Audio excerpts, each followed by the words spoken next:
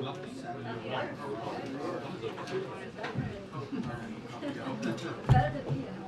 afternoon, everybody. Happy Monday. I have two things before we get to our guest this morning or this afternoon. Today, the President and First Lady will honor the 2023 Teachers of the Year from state and territories across the United States for their excellence in teaching and commitment to students' learning. This year's National Teacher of the Year is Mrs. Rebecca Peterson, a mathematics teacher from Tulsa, Oklahoma.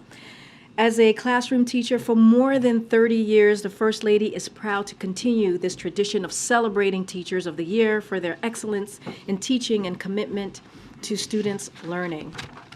From day one, the Biden-Harris administration has been committed to celebrating and elevating the teaching profession and taking comprehensive actions to increase teacher pay, improve working conditions, and develop high-quality pathways into the teaching profession. And given that commitment, it bears noting that right now, Speaker McCarthy is demanding we slash education from funding by 22%. And if we don't, he's threatening he will throw the United States into default and tank the economy. That's the equivalent of cutting up to 60,000 teaching jobs, affecting 25 million children, and it would mean as many as 7.5 million children with disabilities could face reduced support. So today, while celebrating our nation's educators, the President is going to talk about why slashing funding for education is the last thing our country needs, and why this administration is focused on supporting our teachers and schools. Also today, the President shared that Domestic Policy Advisor Ambassador Susan Rice will depart the White House late next month. Susan has served at the highest levels of government for the last 3 Democratic administrations. 8 years in the Clinton administration, 8 years in the Obama administration, and since day one here with President Biden. It's truly very impressive. She has served as National Security Advisor, UN Ambassador, and for the last 2 years brought steady and capable leadership to the Domestic Policy Council. Thanks to her tireless efforts, we expanded and strengthened the Affordable Care Act, released a comprehensive national mental health strategy, and finally enabled Medicare to negotiate lower prescription drug prices for seniors and cap the cost of insulin at $35. We've taken historic actions to reduce gun violence and advance police reform. We are making college more affordable and accessible and fighting for student debt relief. And we are increasing access to high-quality child care and long-term care. As the only person to serve as both National Security Advisor and Domestic Policy Advisor, Susan's record of public service makes history. We are so grateful to Susan for her service over the last 2+ years and to throughout her career to our country. On a personal note, I have known Susan for many, many years. She has become a friend and a mentor to me, and I am very sad to see her go, but also very thankful for her service to this country. With that, our National Security Advisor is here today to talk a little bit about the upcoming state visit with South Korea, and also take any other questions you may have on Sudan and other foreign policy items. Go ahead. Thank you, Karine, and good to be with you guys today. And let me start by echoing what Karine just said. I'm also very sad to see Susan go, although we still have a few more weeks with her, and really grateful for having had the opportunity to serve with her in this administration, in this White House, as well as in the previous administration as well. As Karine said, I'm going to make a few comments at the top, and I hope you'll bear with me because I want to be able to talk through both the situation in Sudan and the upcoming state visit by the President of the Republic of Korea, and then a brief comment on what we saw unfold up in New York today with Foreign Minister Lavrov's visit, and then I'll be happy to answer your questions. As you all know, on Saturday, on the President's orders, the United States military conducted a successful operation to extract all U.S. government personnel from Khartoum. We are proud of the extraordinary commitment of our embassy staff, who perform their duties with courage and professionalism, and we are grateful for the unmatched skill of our service members who successfully brought them to safety. We thank Djibouti, Ethiopia, and Saudi Arabia, each of which were critical to the success of our operation. At the President's direction, we are actively facilitating the departure of American citizens who want to leave Sudan, as the State Department has been urging them to do for years. We have deployed U.S. intelligence, surveillance, and reconnaissance assets to support land evacuation routes, which Americans are using, and we're moving naval assets within the region to provide support. American citizens have begun arriving in Port Sudan, and we are helping to facilitate their onward travel. We're also supporting the efforts of our partners and allies, including local partners, to evacuate or otherwise ensure the safety of their people. U.S. Africa Command has established a deconfliction cell for this purpose. We've made clear to the highest levels of both the Sudanese armed forces and the rapid support forces that they are responsible for ensuring the protection of civilians and non-combatants, including people from third countries and humanitarian staff who are still to this day working to save lives. We continue to condemn in the strongest possible terms the violence between the SAF and the RSF, and we have now deployed a USAID Disaster Assistance Response Team, a DART team, to the region to help coordinate our humanitarian response. This tragic violence has already cost the lives of hundreds of innocent civilians. It is unconscionable. It must stop. The belligerent parties must implement an immediate and unconditional ceasefire, adhere to international law, allow unhindered humanitarian access, and respect the will of the people of Sudan to return to a path of civilian rule. I want to stress that we have only temporarily suspended operations at the U.S. Embassy in Sudan. We fully intend to resume those operations as soon as it is safe to do so. We remain deeply committed to the Sudanese people and to their future.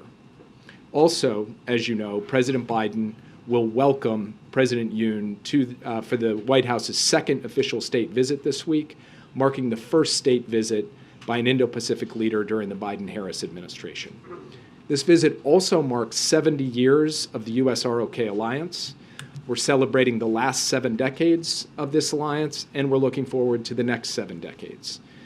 Under the Biden-Harris administration, the U.S.-ROK alliance has grown far beyond the Korean Peninsula and is now a force for good in the Indo-Pacific and around the world. The two leaders themselves have developed a rapport over the course of the less than 1 year since President Yoon took office in Korea. And they've had a total of 4 engagements already just in that short time. Our economic and people-to-people ties will be front and center on this visit. During the Biden administration alone, just in the last 2+ years, the Republic of Korea has invested over $100 billion in the United States. That is translating to jobs across this country. This includes the Samsung semiconductor fab in Texas, Hyundai's work to build an EV factory, significant new investments by SK and battery plants, among others. The summit will also celebrate what we've been able to do under President Yoon's leadership since he took over. From unveiling its first ever Indo-Pacific strategy to being the first president of the ROK to ever attend a NATO summit, to co-hosting the second Summit for Democracy, the ROK is stepping up around the world. President Yoon has also shown determination and courage in his moves to improve ties between the ROK and Japan, an issue that has long been of deep interest to President Biden. Together, President Yoon and Prime Minister Kishida are strengthening the ROK-Japan relationship in ways that leave us all stronger and have helped contribute to a stronger trilateral relationship among the United States, the ROK, and Japan.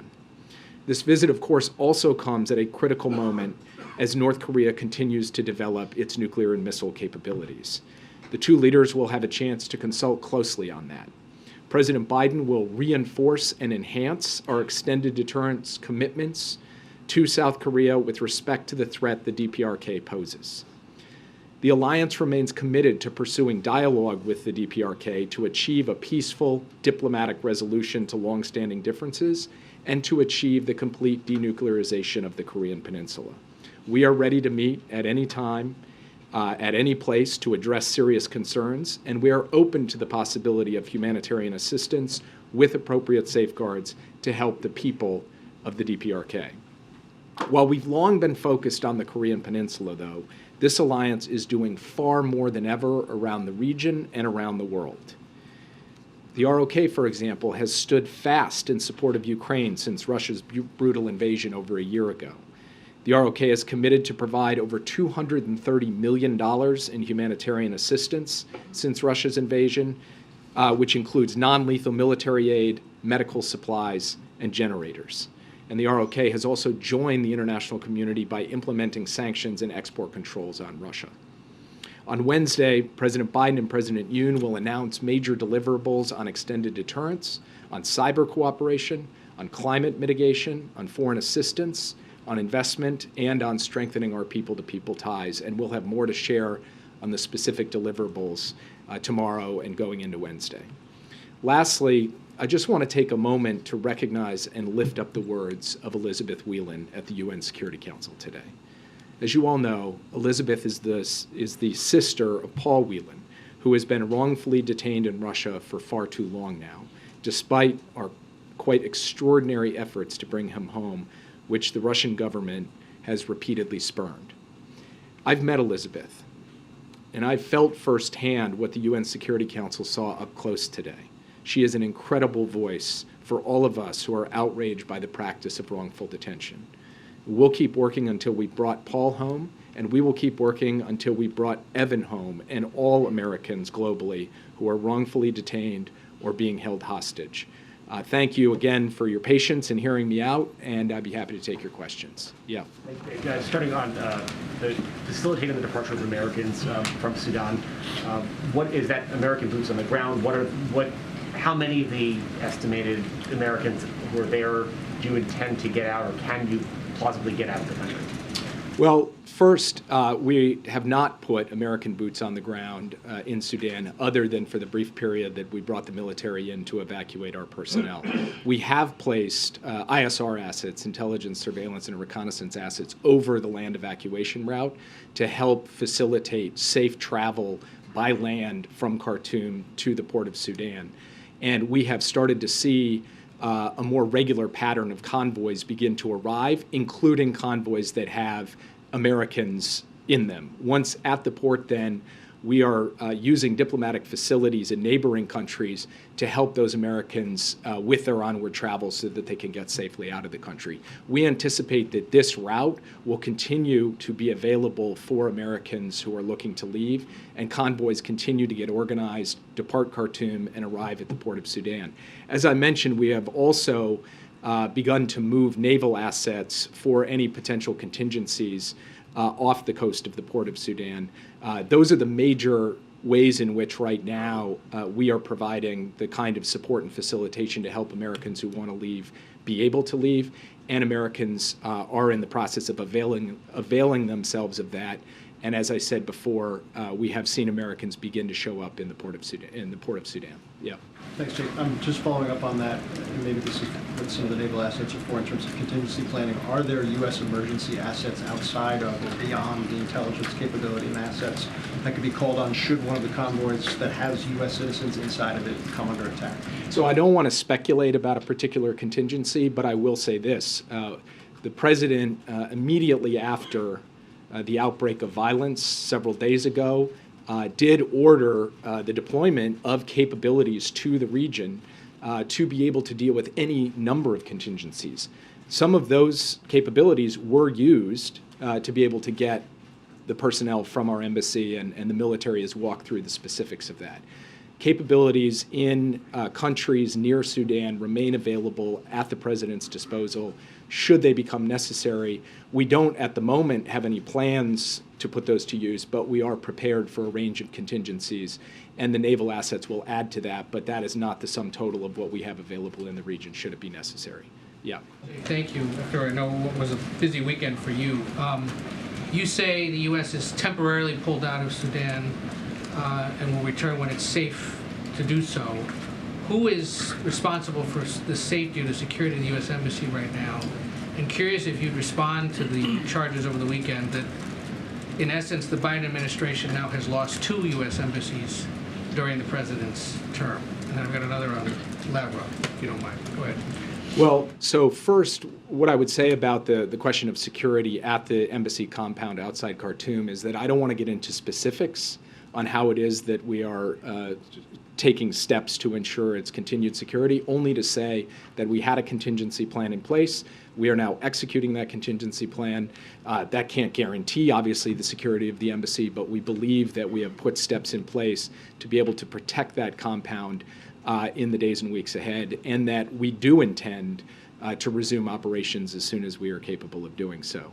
I'm not sure what you mean by a charge about, quote unquote, losing embassies. The broader diplomatic community, including the entire United Nations community in Khartoum, has closed down. In Sudan, diplomatic personnel from allies and partners around the world are being evacuated. And of course, the United States has evacuated its personnel. This happens from time to time, and if you look back over the course of months and years, you see military-assisted departures from embassies. You see, in some cases, non-combatant evacuation operations. That's in the nature of having 270 total diplomatic posts around the world. There will be times when the conditions are not conducive to sustaining operations in all 270 at the same time. But our goal, as I said before, is to be able to resume operations in Khartoum as soon as we are capable of doing so. The Russian foreign minister, when he came to New York, is apparently upset that visas were not issued to Russian journalists to accompany him. Was that done in response to the detention of Evan Gershkovich?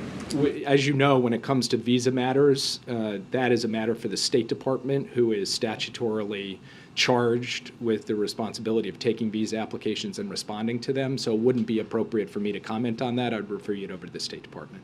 Yeah. Just as you're talking about contingencies for Sudan, will the U.S. at any point be willing to send peacekeeping troops to the country? I don't have any plans or announcements to make about the United States deploying peacekeepers to Sudan, to putting American boots on the ground to try to keep the peace in Sudan. That is not presently in contemplation. I don't expect it will be. Sorry, quick follow-up there. Can you lay out any of the contingencies beyond the deployment of naval assets? Just anything you can talk about. What do you mean by? Sorry, can you talk about any of the contingencies that you just were referring to? So look, I'm not going to speculate about things that haven't happened. All I'm saying is that when it comes to being able to respond in extremis, should we feel we need to do so to protect the security of our people who may be coming under threat, the United States has the kinds of assets and capabilities necessary to be able to do that. But from our perspective right now, we believe that the current course that we are on, which is to continue to try to facilitate and support this land evacuation route, is the best way for us to proceed. Again, that involves a set of ISR assets. It does not currently involve U.S. forces on the ground. Yeah. Jake, you just mentioned that you are seeing more Americans arriving at the port of Sudan, but it seems that last night and over the weekend, the State Department was warning Americans to be cautious of private convoys because they were too dangerous headed in that direction. So did something shift there because of the assets that have been put in place, and is the message now it would be safe to travel to the port? So we are very clear-eyed about this. There are risks with any potential option. There were risks when we flew helicopters in to get our people out. So we're not saying anything is an ironclad safe option, and it would be wrong of us to tell Americans, oh, you've got nothing at all to be concerned about. There's obviously fighting happening in this country, and whether it's trying to leave by air or by ground or shelter in place, all of them bring risks with them. So we are communicating risks quite clearly and quite directly to people, as we have communicated risks over more than a decade to tell Americans not to travel to Sudan in the first place and to leave Sudan if they were there. But what we are also saying is that for those Americans who are interested in joining a convoy, we have been providing information about how they can do that. And then, as I mentioned before, we are now providing some degree of overwatch to try and ensure that these convoys can arrive safely. We have seen a number of them now arrive safely. We have seen Americans among those convoys. And so we are going to be very clear with Americans both about the risks and about the available options to them, and we will continue to stay in close communication with those Americans who we have contact information from, and the State Department is doing that on a day-to-day basis. In some cases on an hour-to-hour basis. We remain available to any American in Sudan who is looking for support and guidance from the U.S. And can you Yeah. provide any update just on even the hope or possibility of a ceasefire, where negotiations stand? I know the U.S. is still in touch with generals on both of the warring sides. Is there any role the White House and the President has played in those talks? Anything you can share on that front? So we have had from the White House a number of conversations with key people in Sudan, as well as from the State Department and from our ambassador on the ground, who was in daily contact until he was pulled out, but will remain working the phones from his position now outside of the country. I don't want to speculate about what will or won't happen because it's a very dynamic situation, but we have not given up on the notion that there could be a ceasefire that comes into effect and is durable. There was a ceasefire in place during a portion of the Eid holiday. There is, as we speak now, efforts by both sides to have a diminution in violence. There is a goal to continue extending that beyond the end of the Eid period, and we will keep working with close partners in pushing the two sides to try to deepen and extend the diminution in violence that we have seen and to try to get a permanent and durable ceasefire in place. I can't give you a prediction as to whether that is likely to be successful or unsuccessful. We see the risk of protracted conflict here, but we also see a possibility, one that we are going to exercise every tool we have available to us, that we could get to a ceasefire, and we want to drive to that if at all possible. Yeah. Jake, what more can you tell us about the contours of the nuclear deterrence package that you're going to announce this week? Should we view it in the context of the desire on the part of the majority of people in South Korea that they should have their own nuclear deterrence? We will have the two presidents actually release a statement that deals with the question of extended deterrence, particularly in the context of the threat and the evolving threat posed by the DPRK. I'm going to wait until we roll out that statement. I won't preview it in great detail from this podium, but what I will say is that we believe that that statement will send a very clear and demonstrable signal of the United States' credibility when it comes to its extended deterrence commitments to the Republic of Korea and to the people of Korea. And we also believe that the ROK has been a good steward of its non-proliferation obligations under the NPT and will continue to do so. Yeah. Thanks, Jake. One of the early kind of themes of the messages of the administration was foreign policy for the middle class. I was just wanted to ask, is that still a driving theme? And is it now harder to achieve considering these increasing challenges around the world? What's going on now in Sudan, pardon me, as well as Ukraine? So, I've heard some voices saying, for example, we shouldn't support Ukraine because we have to be focused at home. And my answer to that is the same answer the Democratic and Republican presidents have given over the course of decades, which is we're the United States of America. We can and must do both.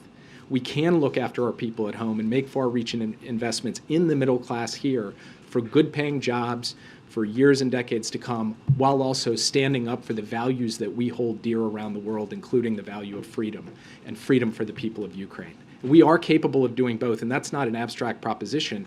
That is the last year since the war broke out.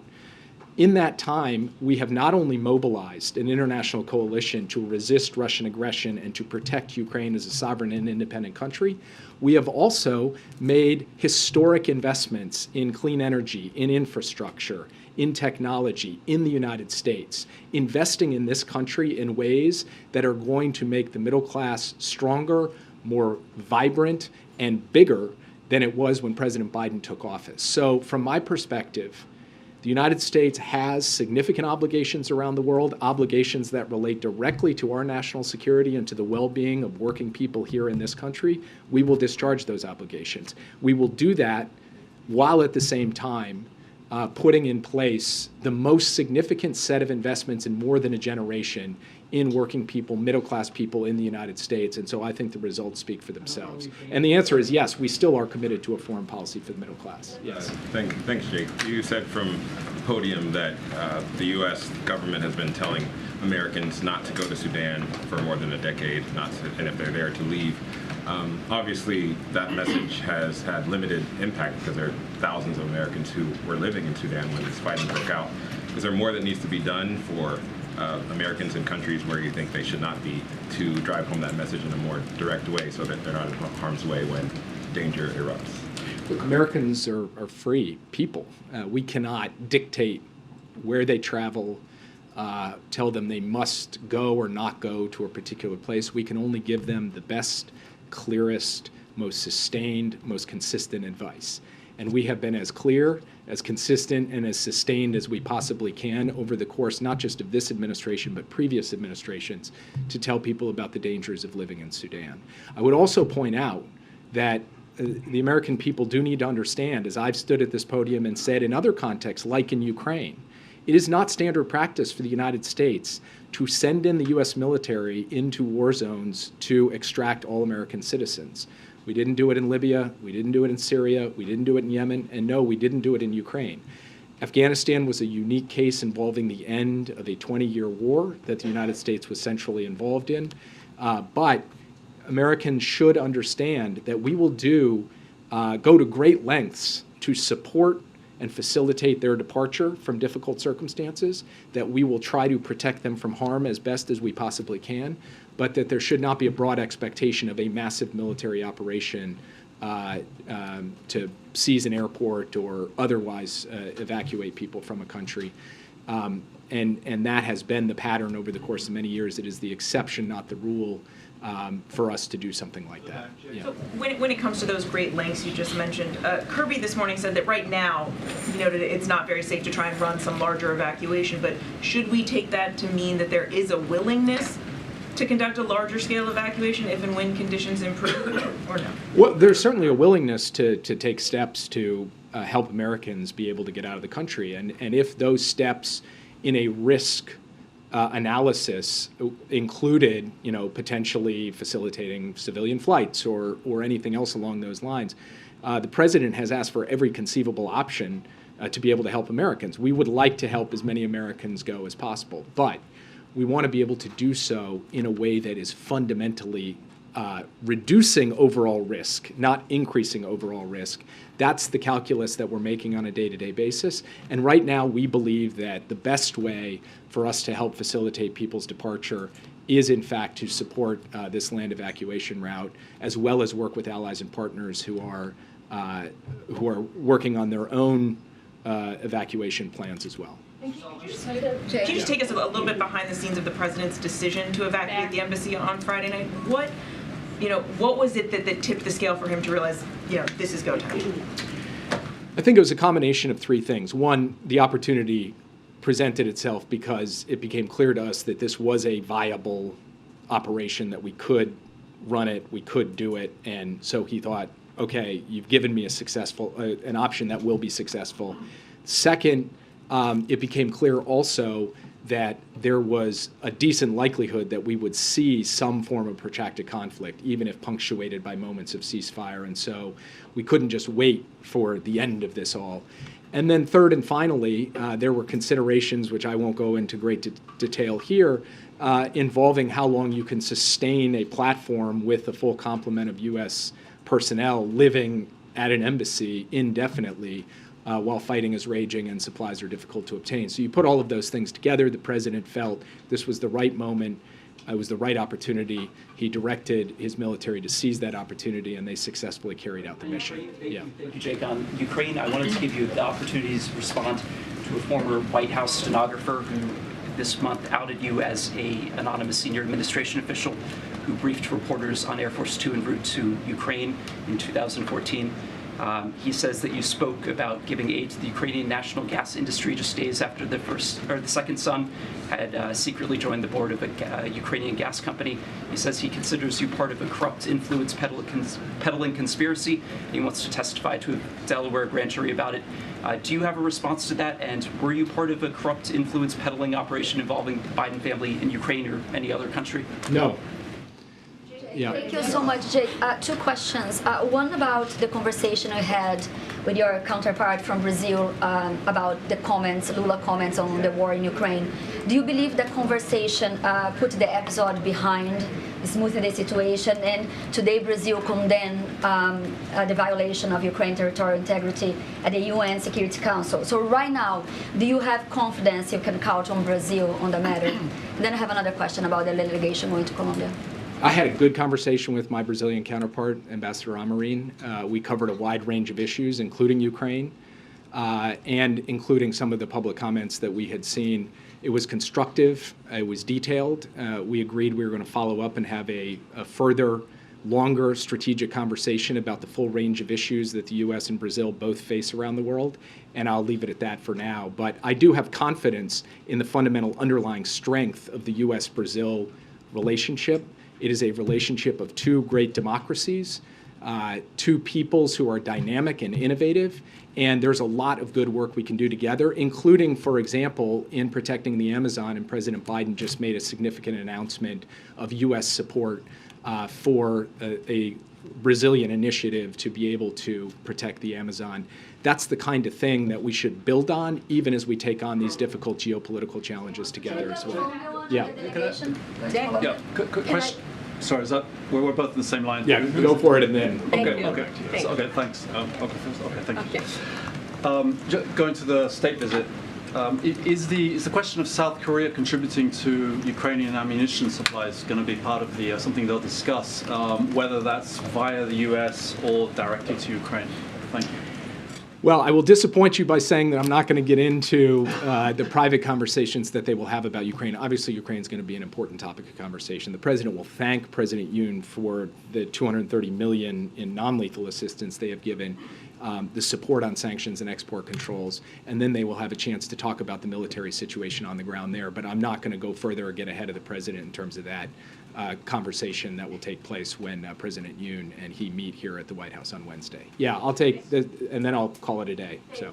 Thank you, Jack. I appreciate congratulate you on the 70th anniversary of the U.S. and South Korea alliance. And the South Korean people are excited about what gift President Yoon will bring from this summit. So what, would be the surprising agreement between President Yoon and President Biden? What kind well, of if I told you about the surprising agreement, then it wouldn't be a surprise anymore. So, no, I don't. Look, actually, I don't. We're not going to spring something on the world or on the American people or on the Korean people. I think the Korean and the American people are expecting to see a summit in which there are tangible deliverables in the security space, and we will have deliverables related to extended deterrence in the economic space, and there will be announcements of significant investments in the people-to-people space, and you will see announcements in that regard as well. And then they expect the two presidents to cover issues related to the big topics of the day, from the war in Ukraine to the climate crisis. And so I think this summit is going to meet the very high expectations that both publics have from it, and they're right to have high expectations because we are reaching a new level in strength of the U.S.-ROK alliance. I think that will be on full display when President Yoon is here on Wednesday, and we are very much looking forward to laying out the full suite of achievements and outcomes from this summit on Wednesday. And I will not further steal the thunder from the president, either this president or the ROK president, before doing that on Wednesday. Russia mentioned the possibility of sending more than 10,000 North Korean troops to the Donbass. How can you say about this? North Korea's troops, special forces to Donbass, Ukraine. So how are you going to say about this? I mean, our position is that there should not be Russian forces on sovereign Ukrainian territory, and there shouldn't be forces of any other hostile country on sovereign Ukrainian territory either, and that position is clear and unequivocal, shared between the U.S., the ROK, and every country that has voted to condemn this brutal, illegal war of aggression being perpetrated by Russia against Ukraine. Thank you, guys. Why did the documents breach go undetected for so long? I think the pool has to gather. Oh, it's open press. Okay. All right. Well, I guess you guys can go gather if you choose to do. Real quick, the president's been under some calls to now sit down with House Speaker Kevin McCarthy now that he has released the outlines of his plan on the debt limit. Why is now the time for the president to actually speak to the speaker and begin substantive negotiations? So here's the thing. Zeke. Look, we've been very clear. We're not going to negotiate over avoiding default. We've been very clear about that.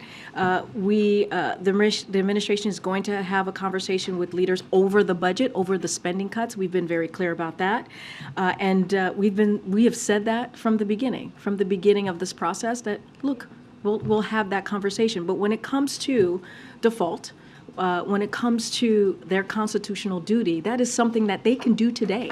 They can actually deal with something that would be devastating if they didn't take action, right? Now, when it comes to what we have seen them put forward, 22% cut on education, on veterans, on Meals on Wheels, on food safety, on law enforcement, all of those things are devastating to workers, seniors, to our children, to working families, and clearly they showed us what their value were. But what they have done is they have put those two things together, the debt ceiling and spending cuts, and we have always been very clear, Zeke. We have been very, very clear. We are not going to negotiate when it comes to the full faith and credit of this nation, and they are holding that hostage currently. They're holding the economy hostage, and so look, they have to. We're not negotiating over that, and they have to avoid default. It's very clear. It's very clear. They need to make sure that we're not put in a situation where our economy could be put at risk. And again, been very clear about that. I know we have to. I think we have to. Yeah, you have to leave now if you want to cover. And I'll go for another. I think once he starts speaking, we have to end. So I'll go for a couple more minutes. Go ahead. Thank you, Karine. We saw the Microprostone decision, and so I wanted to. So we saw the statement from the president, of course, over the weekend as well. Just going forward, as that case makes its way through the courts, what more can we expect to see from the White House and from the president, of course, the VP? So look. So the one thing that really want to make sure that that the American people understand that mifepristone is very much remains available while we continue the fight in courts, and that's what we're committed to do. We've said this over and over again. This administration, the Biden-Harris administration, is going to continue to fight for women's rights. We're going to continue to fight for the FDA to have the right to make these medical decisions, to make these evidence-based decisions, and so that's what we saw. That's what the judgment really preventing the lower court decision from going into effect, which is incredibly important.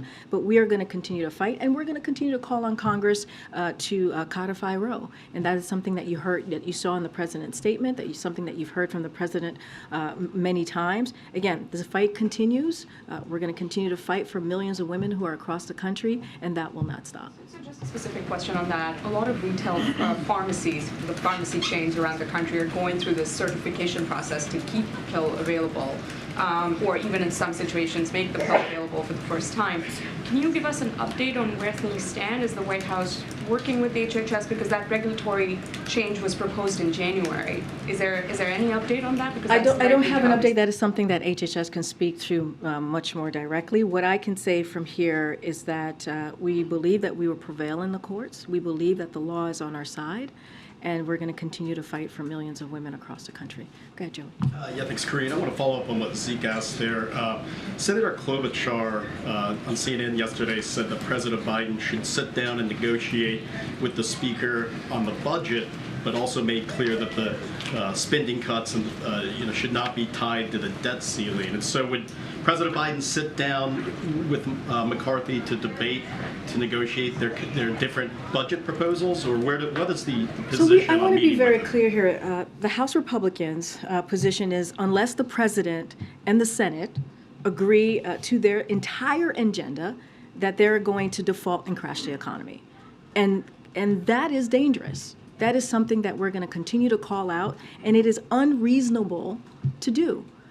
We have been very clear. There will not be any negotiation around the debt ceiling, right? This is something that is their constitutional duty to do. They've done it 3 times. You've heard me say it over and over again. They did it 3 times in the last administration, and they should do it now. And look, every Republican that votes for this bill that Speaker McCarthy and MAGA Republicans have put forth, they're voting for cutting costs on veterans. They're voting for cutting costs on education. I just laid out at the top of the briefing what that would mean. 60,000. I mentioned 60,000 teachers. I mentioned how many kids it would affect. And so that's what they would be voting for, against those things that American families need. And we're talking about programs that they need to meet ends meet. And so we've been very, very clear. It is unreasonable to put forth what they did last week. It is cruel. That piece of legislation is cruel. And so they need to really make sure that we don't go into default. And that's what they're asking to do. They're asking to hold our economy hostage and go into default, and that's something that we're going to continue to call out. Now, last week you didn't seem to rule out the possibility, though, of President Biden sitting down with McCarthy at some point. Is that something you're open to? So look, again, House Republicans must avoid default. Been very clear, and that is within their power to do at any moment. That is within their power to do at any moment. And so that's what we're expecting them to see. I think I have to wrap it up super quick, guys. Go ahead. On the teachers?